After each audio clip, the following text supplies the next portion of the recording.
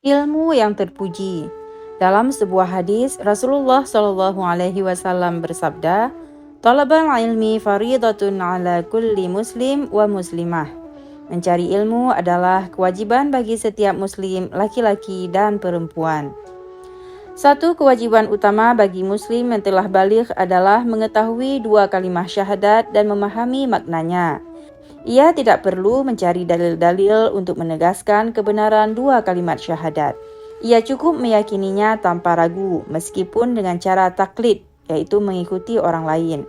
Ia cukup meyakininya tanpa ragu, meskipun dengan cara taklid, yaitu mengikuti orang lain. Seperti itulah cara yang dicontohkan Rasulullah Shallallahu Alaihi Wasallam ketika menerima keislaman orang Arab pedalaman. Setelah mengenal dua kalimat syahadat, ia wajib mempelajari perintah Allah berikutnya, yaitu salat. Jadi, orang yang telah menyatakan masuk Islam wajib mempelajari salat jika ia telah mencapai usia baligh dan diwajibkan salat. Kemudian ia harus belajar tentang zakat jika memiliki harta yang wajib dizakati dan kepemilikannya telah mencapai nisab sejak ia memeluk Islam. Semua itu wajib ditunaikan sesuai dengan ketentuan yang telah ditetapkan.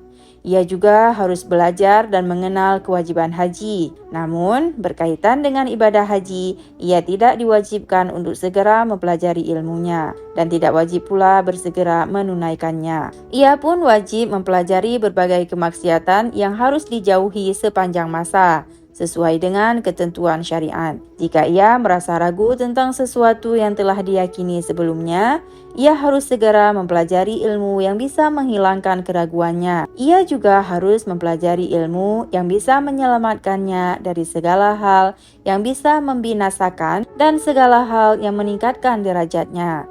Mempelajari ilmu lain di luar itu adalah fardu kifayah, bukan fardu ain. Setiap muslim juga perlu mengetahui tingkatan ilmu dari sisi kedekatan dan kejauhannya dari ilmu akhirat.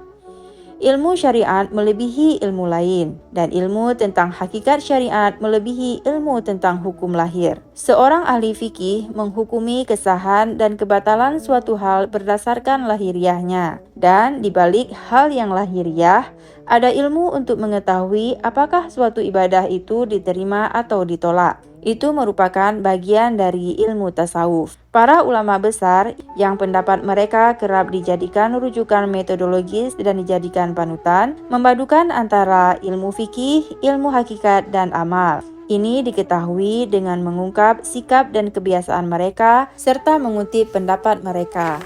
Ada 5 ulama besar yang menjadi panutan umat, yaitu Imam Syafi'i, Imam Malik, Imam Abu Hanifah, Imam Ahmad bin Hanbal, dan Imam Sufyan ats-Tsauri. Masing-masing mereka merupakan abid, zahid, dan ahli tentang ilmu akhirat. Mereka juga menguasai ilmu fikih yang berkaitan dengan kemaslahatan makhluk. Dengan semua ilmu itu, mereka hanya menghendaki zat Allah Subhanahu wa Ta'ala. Itulah 5 hal yang mereka miliki. Namun, dari 5 hal itu, hanya satu yang diikuti oleh para ulama masa sekarang, yaitu mempelajari cabang fikih dengan tekun dan bersungguh-sungguh. Karena memang keempat hal lainnya yang tidak dipelajari oleh ulama sekarang hanya menyangkut akhirat, dan yang satu hal itu menyangkut dunia dan akhirat.